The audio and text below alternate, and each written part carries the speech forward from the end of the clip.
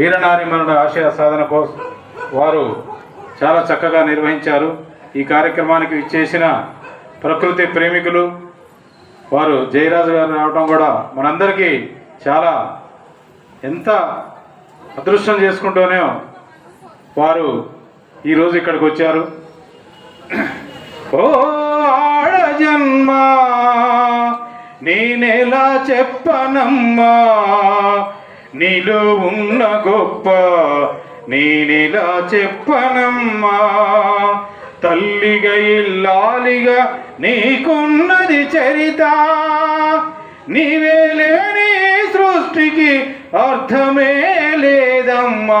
ఓ ఆడ జన్మ నేనెలా చెప్పనమ్మా, నీలో ఉన్న గొప్ప నేనెలా చూడనమ్మా, తల్లి చాటు బిడ్డలాగా చల్లగా నువ్వు పెరిగినావు, తండ్రి కను పాపల్లో చిరుపాపై పెరిగినావు, అపురూపమే నీ జన్మ ఈ ఆడ జన్మ, అపురూపమే నీ జన్మ ఈ ఆడ జన్మ, సృష్టికి ప్రతి సృష్టినిచ్చే మాతృమూర్తివమ్మా.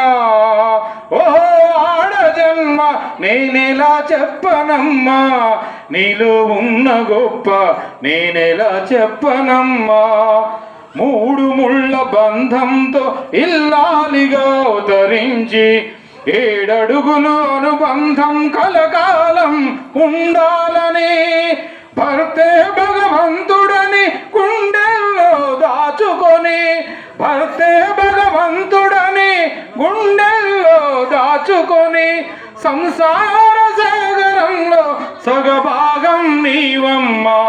ఓ ఆడ జన్మ నేనెలా చెప్పనమ్మా, ఏమని పొగడనమ్మా, అలసిపోయి భర్త వస్తే చల్లగా చెలిమైనావు, అలసిపోయి భర్త వస్తే చల్లగా చెలిమైనావు, నీ ఒడిలో సేద తీర్చి అర్ధాంగివైనావు, అదే నమ్మనిలో ఉన్న ఆడతనము శక్తి, అదే నమ్మనిలో ఉన్న ఆడతనము శక్తి, ఇల్లాలిగా ఈ జగతిలో నీకున్నది కీర్తి.